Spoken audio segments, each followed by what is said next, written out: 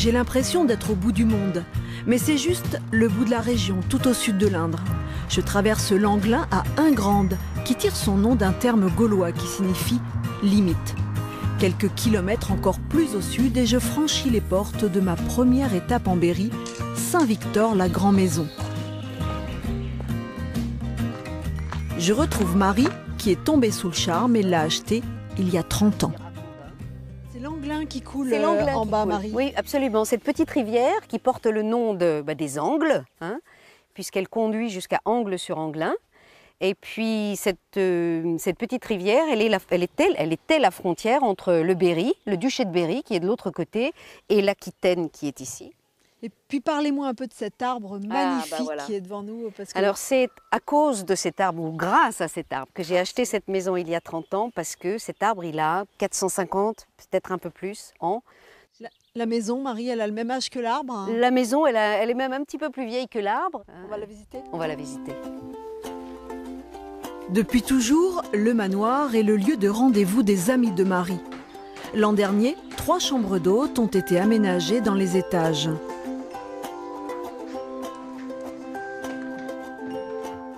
Celle-ci, c'est la chambre blanche. Alors, elle est blanche, comme vous pouvez le voir. Elle est blanche, elle est... Marie, qui aime chiner des objets et des meubles, est aussi pleine d'imagination quant à l'occupation de l'espace. Donc, l'idée, ça a été de prendre une armoire, de la décortiquer, de la mettre comme ça, posée au sol, et puis à l'intérieur, de poser une baignoire ça, c'est extraordinaire. En îlot un petit peu, ça, ce qui permet à un d'être dans le lit en train de bouquiner et à l'autre, allègrement, de prendre son bain.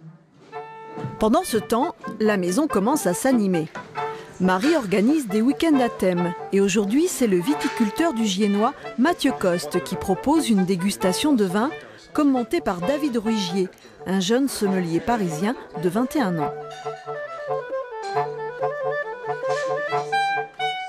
C'est vrai que l'esprit de cette maison, c'est ça. Je crois qu'on était un groupe d'amis, on venait très souvent ici, et puis les amis sont venus avec les amis. Il s'avère que les musiciens ont des amis musiciens, ils ont des amis qui sont guitaristes, organistes, etc.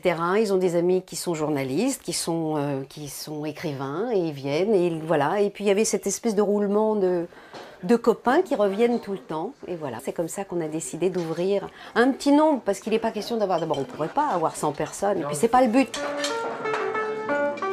Et comme toujours chez Marie, les choses se terminent en musique dans le grand salon autour d'un bœuf.